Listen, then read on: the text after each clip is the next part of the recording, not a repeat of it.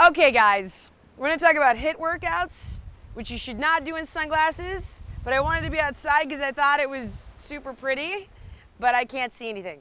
So we are gonna talk about HIIT workouts and I'm gonna look as cool as possible. Okay, why do I advocate HIIT workouts all the time? What does it stand for? High intensity interval training, right? Now, what is exercise? Exercise is stress. That's actually what exercise is. And then your body adapts to that stress by becoming stronger.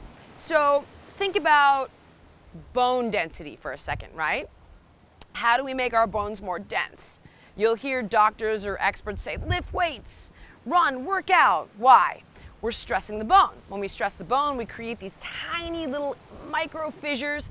Then your body has an inflammatory response to that injury, and it sends in all the little white blood cells and bone cells to repair the bone, and the bone becomes stronger, right? And more dense. That's a great thing.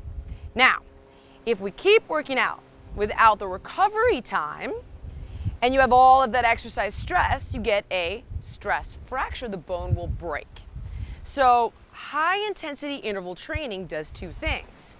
It builds in that intense exercise stress, which is gonna trigger an accelerated adaptation response, right? So we're telling our body like, holy crap, we've got all this intense stimulus, you better adapt and adapt fast, which is gonna make the body fitter faster, but it's also in intervals. So it's in intervals during the workout. So HIIT intervals are short. We don't have these long, intense periods of stress because it's too much stress.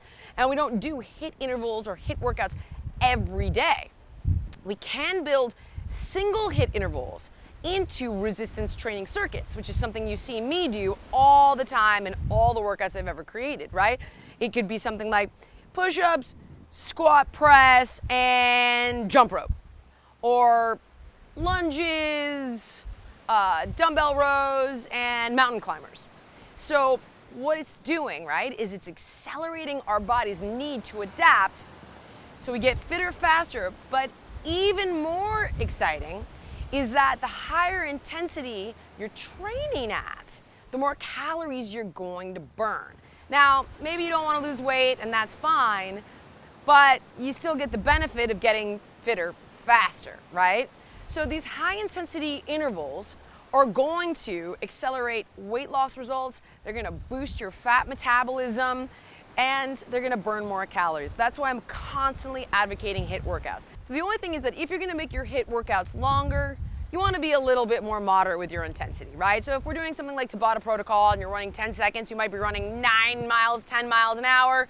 If you're gonna do that workout for 20 minutes, I tend to keep that workout at about 8.5 miles an hour. So just bring the intensity down a little bit, but don't go longer than 20 minutes, and don't do straight HIIT workouts more than twice a week.